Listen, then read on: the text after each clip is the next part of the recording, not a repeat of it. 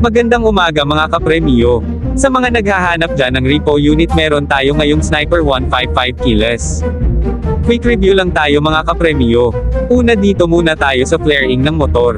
Okay na okay, presentable at maayos, meron lang minimal scratch gawa ng minimal sign of usage. Pagdating naman sa gulong harap at likod, mas makapal pa sa kalyo ng paa. Then check naman natin mga wirings kung maayos na gumagana.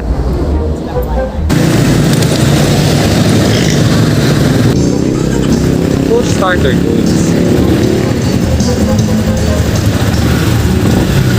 Ang odo nga pala ito guys is 2K plus lang. Kaya sariwang-sariwa pa ang unit. So ito naman yung hazard light niya. Check din natin yung mga front signal light.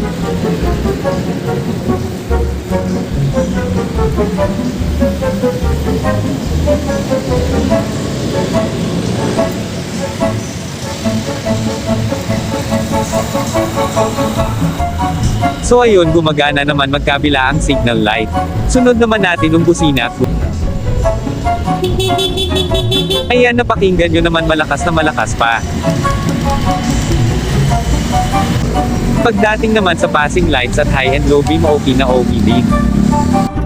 Kaya sa mga gusto mag-inquire at mag-apply, message nyo lang po kami sa aming Facebook page Premyo Dagupan MB, sasagutin po namin ang inyong mga katanungan. Maraming salamat po.